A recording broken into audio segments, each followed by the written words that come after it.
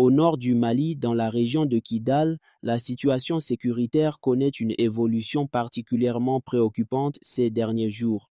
Selon plusieurs sources concordantes sur le terrain, des groupes armés terroristes soumis à une forte pression militaire ont été contraints de battre en retraite face à l'intensité des frappes et des opérations menées par les forces armées maliennes. Acculés et en difficulté, ces éléments terroristes ont adopté une stratégie particulièrement inquiétante et condamnable. En fuite vers de petits villages reculés, ils auraient pris en otage des civils, notamment des enfants, les utilisant comme boucliers humains. Une pratique qui complique considérablement les opérations militaires, notamment les frappes aériennes et l'utilisation de drones, afin d'éviter des pertes civiles innocentes. Face à cette situation délicate, les forces armées maliennes, en coordination avec leurs alliés, ont dû adapter leur stratégie. Les opérations aériennes étant limitées par la présence de civils, ce sont désormais des combats rapprochés, souvent qualifiés de combats de rue, qui se sont intensifiés dans certaines localités. Ces opérations au sol, extrêmement risquées, visent à déloger les terroristes retranchés au cœur des habitations, souvent au milieu de populations vulnérables. Les soldats progressent maison par maison avec une vigilance accrue, dans le but de neutraliser les combattants ennemis tout en protégeant au maximum les civils pris au piège.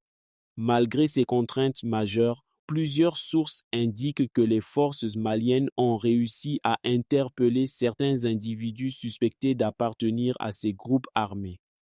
Certains d'entre eux auraient été retrouvés cachés dans des habitations de villageois, tentant d'échapper aux opérations de ratissage. Un fait marquant rapporté sur le terrain concerne l'attitude d'un individu capturé.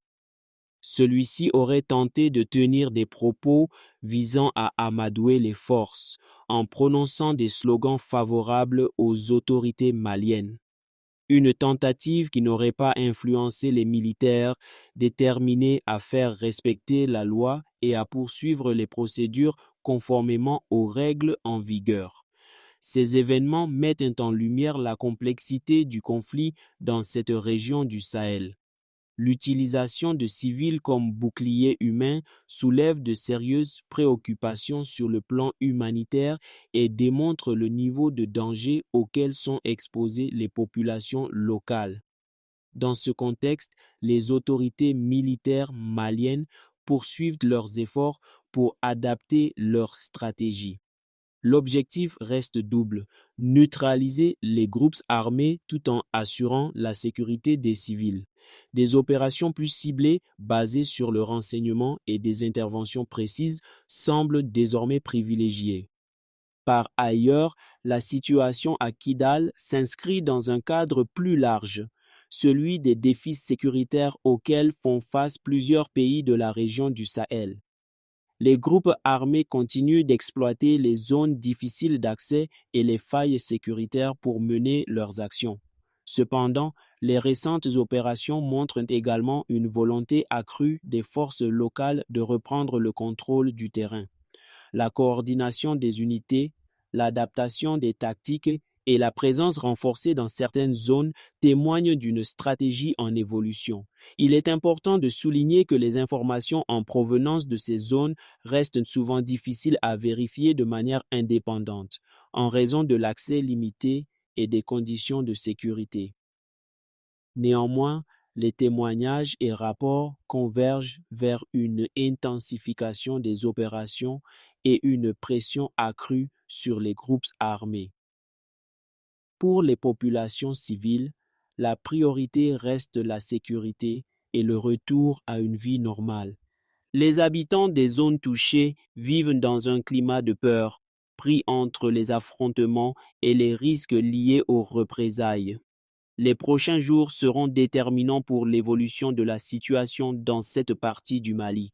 Les autorités devront continuer à faire preuve de prudence et d'efficacité pour éviter toute escalade et limiter les pertes humaines.